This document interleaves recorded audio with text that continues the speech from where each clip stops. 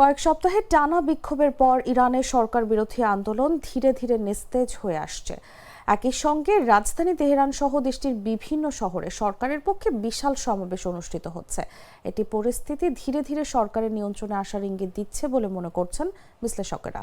যুক্তরাষ্ট্র ভিত্তিক think tank institute for the study of ওয়ার্ল্ডের ক্রিটিক্যাল থ্রেটস প্রজেক্ট জানিয়েছে, গত রোববার থেকে ইরান জুড়ে বিক্ষোভের মাত্রা কমতে শুরু করেছে। সংস্থাটির মতে সরকারের দেশব্যাপী ইন্টারনেট বন্ধ এবং স্টারলিংক স্যাটেলাইট ইন্টারনেট ব্যবহারের উপর কড়াকড়ি আরোপের ফলে আন্দোলনের গতি স্লথ হয়ে পড়েছে।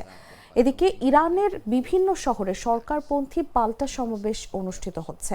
আল জাজিরার তেহরান প্রতিনিধি তৌহিদ আসাদি জানান, রাজধানীতে ডাকা সরকারপন্থী সমাবেশে হাজার হাজার মানুষ অংশ নিচ্ছেন।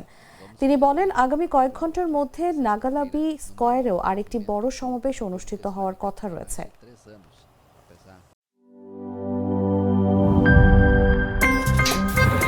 আমার একটা স্মার্ট সিদ্ধান্তে 25% গ্যাসের খরচ কমেছে। ভাবছেন কিভাবে?